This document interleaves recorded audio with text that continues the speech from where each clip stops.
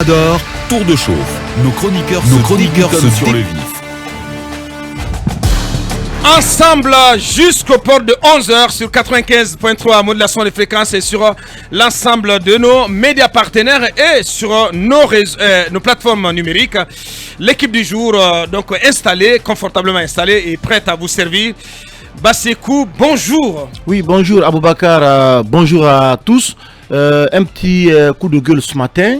C'est trop tôt quand même. Hein? Oui, c'est trop tôt parce que pour ceux qui pratiquent l'axe Lambagny-Nongo en savent quelque chose. Ce sont les inondations. Hier, la forte pluie qui s'est abattue sur Conakry entre 22h et 23h hier a provoqué... Ah mais il a plu hier. Oui, il y a eu une forte pluie et donc c'était une véritable inondation du côté de Lambagny. C'est toute une partie de la route qui a été complètement inondée du centre commercial jusqu'au carrefour Lambagny. Hier, c'était pratiquement impraticable. Il y avait beaucoup de véhicules qui étaient enfoncés. Ouais. Je pense que c'est une grosse difficulté parce que l'eau remplit complètement la surface. Il est difficile pour les usagers de circuler. C'est le moment justement d'attirer l'attention du ministre des infrastructures et également les municipalités de faire des efforts pour essayer notamment de créer les caniveaux, de prendre des dispositions. Ouais. Parce que les routes aujourd'hui sont complètement remplies, les caniveaux sont complètement bouchés et il est difficile là-dessus, ce dont je peux vous assurer, c'est que le Premier ministre a décidé de faire arrêter tous les travaux. Tous les travaux, parce qu'ils sont mal faits, c'est des travaux faits à l'as de pique, comme on dit. Et désormais, son ambition, c'est que les travaux soient faits aux normes internationales, conformément aux standards internationaux. Ne serait-ce qu'un seul kilomètre qui doit être fait, il sera très très bien fait désormais. Oui, et j'espère que cette volonté sera mise en pratique après les grandes pluies et que désormais nos routes ne seront pas, en fait les goudrons qu'on va mettre sur nos routes ne seront pas des goudrons maquillage raccommodés. Voilà, ne seront pas du raccommodage. On espère que les routes qui seront désormais faites, ce seront des routes durables, des routes qui vont traverser le temps. Non, vous avez vu déjà quand vous circulez. Espérons surtout qu'ils le disent parce que justement il veut qu'on améliore la qualité du travail, pas dessaisir le marché d'un tel pour l'attribuer à un tel. J'ai dit espérons-le. Parce que chaque fois qu'on a changé, de gouvernement, moi j'ai entendu ce qui compte pour moi, c'est vraiment la qualité du service qui est rendu. Maintenant le reste, est-ce que on va retirer? Mais pourquoi ne pas retirer? Je ne suis pas contre. Je ne suis pas contre qu'on qualifie le travail, mais je souhaiterais justement que le fondement soit la qualité du travail, pas la volonté de dessaisir quelqu'un de mal. Pourquoi ne pas dessaisir? Pourquoi ne pas dessaisir quelqu'un qui ne fait pas bien son travail? Parce qu'il faut celui qui ne fait pas bien son travail, on le dessaisira. Non, parce qu'à Bakar, on a vécu ces genres de pratiques et ça n'a souvent pas amélioré les choses. Quand Alpha Condé est arrivé, il nous a décrit, et c'est là que moi j'ai écouté le chef d'État décrire la qualité d'une route, comment elle est faite, et on a vu ces routes, les routes faites au temps d'Alpha Condé, et chaque fois qu'on a changé de ministre, on a entendu un tel discours. Donc, je souhaite très sincèrement que Bernard Goumou fasse effectivement le travail pour qu'il soit de qualité, pas simplement pour peut-être voir qu'est-ce qui s'est passé au niveau de l'attribution des marchés. Parce qu'on sait que très souvent, il y a des dessous de table. Vous avez le droit de douter et même de ne pas croire. Parce que la Guinée nous a habitués à cela. Exactement. C'est le vécu qui nous amène à douter. Je vous comprends, monsieur. Et vous avez tout à fait le droit de ne même pas y croire. Parce que nous sommes dans un pays désespérant, monsieur. Oui, Aboubakar, par rapport à ce sujet. Bonjour. Oui. Je vous ai pas salué. Bonjour, monsieur. Voilà, permettez-moi de dire bonjour. Vous avez lancé le coup de gueule, monsieur. Oui, j'ai lancé. Mais je voudrais en même temps. Le sujet n'est même pas à l'ordre du jour. Oui, ce n'est pas à l'ordre du jour. Mais aujourd'hui, c'est une préoccupation. Oui, je suis d'accord. Nos routes sont complètement défoncées. Mais il y a aussi la responsabilité des citoyens. Mais c'est important vraiment de revenir sur le sujet, d'attirer l'attention. On n'a pas la journée pour cela. Des décideurs, des citoyens sur aujourd'hui la dégradation de nos routes. En fait, c'est une préoccupation aujourd'hui.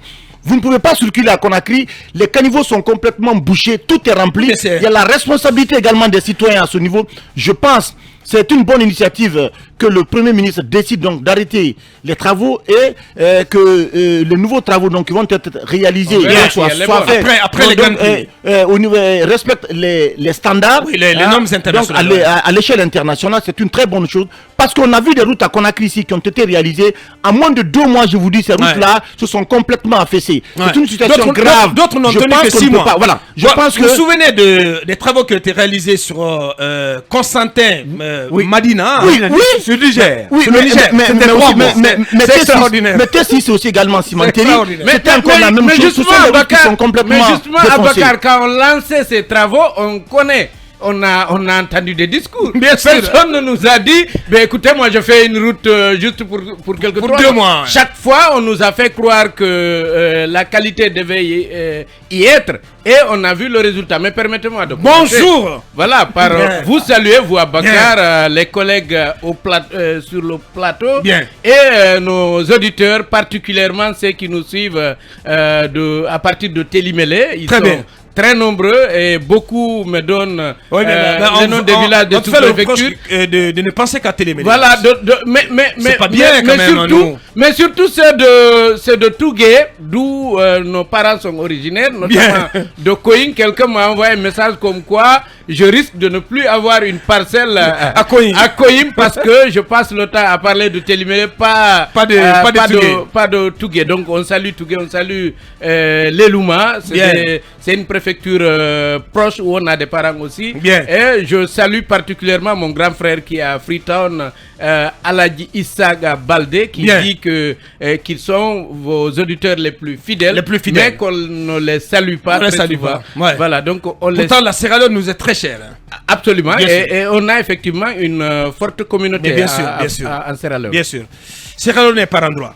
Bonjour mon cher. Bonjour Bakar, bonjour à Bassikolo, bonjour à Bagataï, Koba. Bonjour à Bouka, Dabola chez vous, à Bakar Yallo, Kankan aussi. Bonjour à Bagui, à Banyakali, à Sedingirai, à Kenyeko, Tigansuntu, c'est à Mamou, à Pomedaka et à Korodou du côté de Kisdougou. Bonjour à tous qui nous pratiquent dans les taxis, les bonbonnas, les motos, ils sont très nombreux. Et à tous les grands films, notamment de Matoto. Le grain de Matoto Déviation. Le grain film FM de Matoto. Le grain de Matam aussi. Bien. Voilà. Bien dit. Abakar, un petit mot. Oui, un petit mot. La retraite est devenue une sanction en Guinée, une punition. Une punition, je suis d'accord. Allez dans les mairies. J'interpelle la directrice de la caisse de prévoyance sociale, le colonel Aminata, qui est en train d'infliger une sanction à nos parents aux retraités. Une sanction. Une sanction. J'étais à la mairie de Matoto hier, à Bakari. Il y avait plus de 2000 retraités qui étaient abandonnés dans la cour à l'attente de leur pension. Tous les couloirs, les halls et l'enceinte. Et des personnes de 3e âge, en réalité. Qui viennent de 7h à 19h. Il y a un vieux qui a piqué crise hier parce qu'il attendait. Eh ben. Il y a un autre, vraiment je ne vais pas décrire. Les circonstances dans les... Non, il faut alléger la souffrance. Vous en avez les larmes aux yeux. Abakar, nos parents souffrent. Colonel Aminata, votre décision de ramener tout le monde dans les mairies n'est pas bonne. Avant, les pensions se prenaient sans bruit. Il y a même eu un système d'Orange Money, ou en tout cas, le système mis en place pour que les pensionnaires puissent avoir leur argent. Mais il ne faut pas infliger plus de traitement spartiate à ces personnes de 3e âge après leur mise à la retraite. J'ai vu les vieilles hier, des larmes aux yeux parce qu'elles avaient le besoin d'aller aux toilettes. D'autres ont fait les toilettes sur place, à Matoto, sur l'honneur. Bien.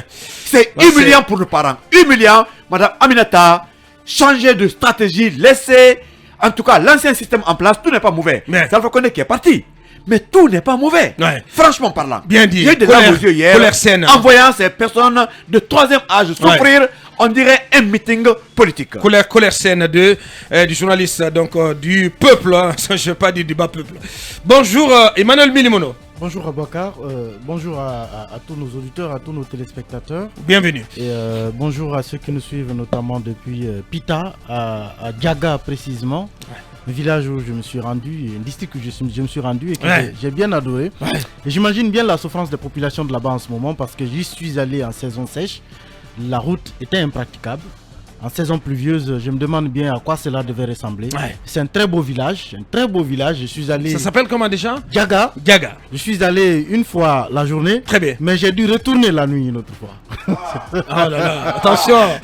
Attention, Manu. Non, j'ai adoré le clair de lune, les animations nocturnes et tout. J'ai bien adoré ce village. Madame nous écoute, hein? Entre les montagnes. Oui, elle était au courant de toute façon. Bien. Mais je veux dire en fait. Non, c'est un garçon sage. Je pense un peu à la souffrance de cette population parce que moi, je sais la route que j'ai pratiquée quand je devais y aller en saison sèche. Et en saison pluvieuse, quand je partais là-bas justement en saison pluvieuse, j'ai imaginé que ça devait être impraticable. Bien dit. Bonjour cabinet. Bonjour Aboubacar et bonjour à tous. Bienvenue. Merci bien. Mais je voulais dire bravo à Suleiman Tchangel, l'artiste Suleiman Tchangel. Hier, nous avons... le secrétaire général. Le secrétaire général. On dit au Mali, le Ségal. Exactement. On a vu hier la représentation de la cargaison. On a vu la cargaison débarquer hier au Centre culturel français. Oui, j'en ai capté quelques photos sur la toile. Ouais. Franchement, très belle pièce. Vous y étiez? Oui, j'y étais. Bien. J'ai suivi, pendant 1 heure, on a été accrochés à la cargaison qui nous a fait balader un peu les manifs, les dissensus politiques. C'était extrêmement bien fait et bravo surtout aux artistes qui ont représenté la pièce. Très bien. Comme on le dit, félicitations. Félicitations. Ouais. Vous voulez en dire Oui, on le félicite, mais on précise aussi que l'atmosphère continue, hein, c'est pratiquement la même chose. Les manifestations sont réprimées, les corps sont confisqués, les familles continuent à pleurer parce que on n'a ni résultat d'autopsie, ni accès au corps pour un enterrement digne. Bon, je pense donc que c'est la même histoire, malheureusement, qui se répète. Ça prouve un peu l'intemporalité de cette pièce de théâtre. Bien entendu. Qui parle... qui a été monté qui a été écrit par Tchangel pendant son exil, et ce qu'il décrit dans la pièce est aujourd'hui une réalité, c'est comme pour dire que la... est toujours d'actualité. Exactement. Bien. Après